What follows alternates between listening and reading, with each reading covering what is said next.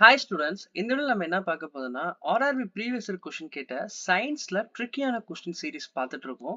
Already நம்ம 2 full video போட்டிருக்கோம். அதுல பிசிக்ஸ், கெமிஸ்ட்ரி, பயாலஜின்னு சொல்லிட்டு மூணுத்துலயுமே நம்ம மிக்ஸ்டா நம்ம பார்த்துட்டு இருக்கோம்.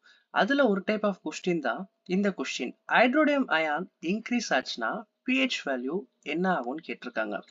ஃபர்ஸ்ட் ஹைட்ரோடியம் அயான் என்னன்னு நம்ம பார்த்துக்கலாம். அது வந்து H3O+.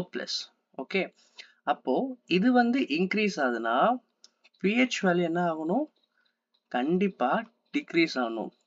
ஏன்னா பிளஸ் டேர்ம்னாலே நம்ம ஆசிடோட ஃபேமிலியில நம்ம சேர்த்துப்போம். ஹரிகேனியஸ் தியரின்னு ஒன்று இருக்கு.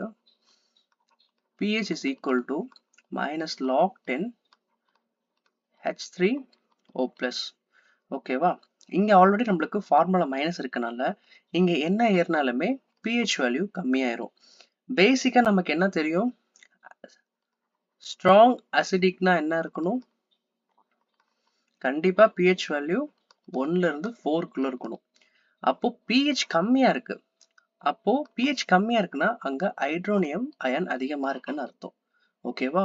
அப்போ இதோட கொஸ்டின் ஆன்சர் என்னன்னு பார்த்தோம்னா, கொஸ்டின் வந்து ஹைட்ரோனியம் அயன் இன்க்ரீஸ் ஆச்சுன்னா pH வேல்யூ கண்டிப்பா டிக்ரீஸ் தான் ஆகும். இப்போ உங்களுக்கான ஒரு கொஸ்டின், இதுல வந்து ஹைட்ராக்சைடு அயான் வந்து டிக்ரீஸ் ஆச்சுன்னா அப்போ pH வேல்யூ என்ன ஆகும்னு நம்ம ஆன்சர் பண்ணலாம். இந்த மாதிரி உங்களுக்கு நிறைய வீடியோஸ் வேணும்னா நம்ம சேனலை சப்ஸ்கிரைப் பண்ணிக்கோங்க. இதோட ஆன்சரை வந்து கீழே கமெண்ட்ல போட்டு உங்க ஃப்ரெண்ட்ஸுக்கு இதை ஷேர் பண்ணுங்க. தேங்க்யூ.